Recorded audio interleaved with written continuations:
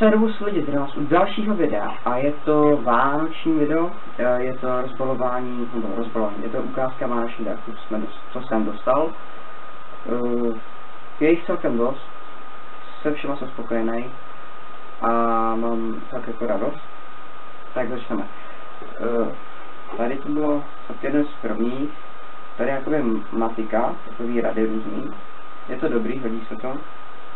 A tady obsahy rozboje děl, jakoby k maturitě. To se taky super se hodí vždycky, že jo? Jsem teda posmí, ale tak za chvilku to přijde. Další třeba tady povlečení. Povlečení, nevím, co tam jako ukázat. Takový, jakoby je tam tady takový grafity kolem. Pěkný povlečení.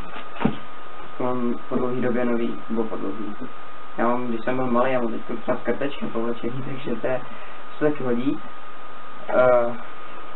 Tady jsem dostal hru Colossal Arena, možná to někdo zná.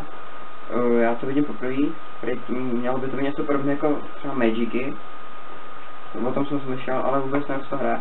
Že jsem to ani nějak jakoby nezkoumal, takže já si to musím přečíst, pročíst, podívat se třeba na YouTube nějaké návody a uvidím. A tak už mohlo by to být dobrá hra. Tak ještě prostuduju. Třeba by se mohli točit z toho něco jako let's play, nebo gameplay, nebo něco takového. Nevím, uvidím, jaký to bude. Další kasička. Asi abych se naučil spořit a něco už jsem tam dal, je tam asi 16 korun. Takže když tak do téhle tam nebude nic. No. Tak uvidíme, třeba se překvapím. To je ta kasička. A potom pro tady to hodně lidí, co znám, co hrajou Minecraft, by chtěli tady to. Možná už někdo poznává, taková celkem pěkná krabice. Je to reflexy. Je to příručka jsou to příručky do Minecraftu. Celá sada. Tady je příručka základní,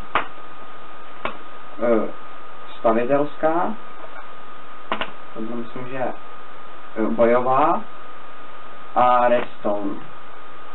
Je to fakt super, že prostě příručky Minecraftu kompletní celá sada. Super, mám fakt radost. Je to zajímavé, že třeba vždycky na konci té knížky jsou různé zajímavosti, že tam jsem třeba přečetl, že nějaký týpek v Holandsku, nějaký učitel chemie a fyziky, postavil jednu z největších staveb restaurantových Minecraftů, což mě překvapilo. Další, tady sluchátka. Jsou takové celý černý. Takový jsou dobře tvarem, dobře sednou do ucha. Fakt super. Jsou to kosy. Taková známá značka. Jsou dobrý, fakt hrajou super. Super. A teď to byly věci, které mi jako udělaly radost, byly super, ale nebyly nejlepší.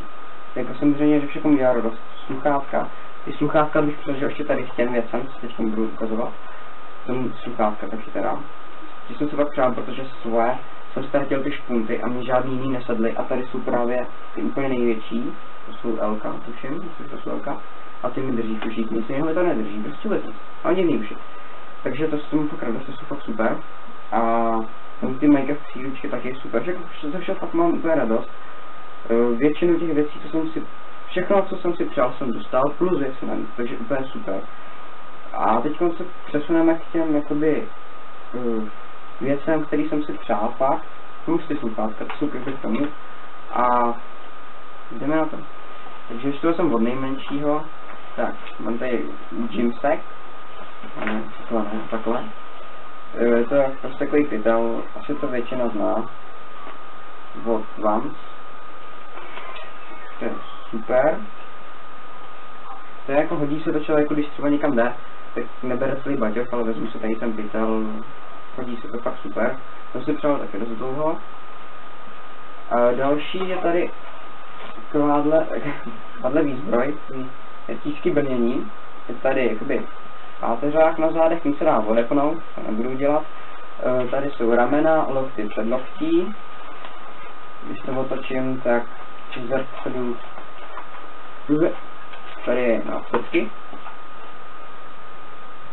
No. Dostal jsem to. Tohle jsem dostal z jednoho jediného důvodu. Protože jsem zároveň dostal ještě jednu věc. To jsem si přál úplně zašel nejvíc. Jsem si hrozně dlouho přál, nebo přál jsem si hrozně dlouho.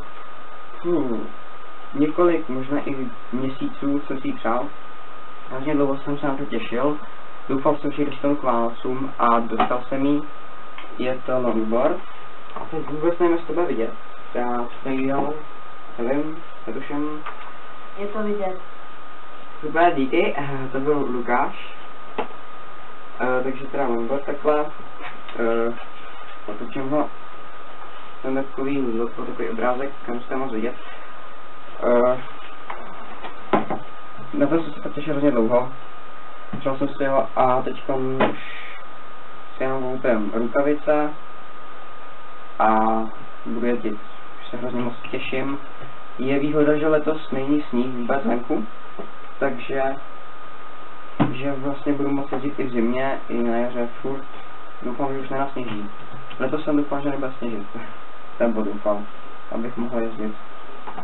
Takže fakt super, to mám úplně největší radost.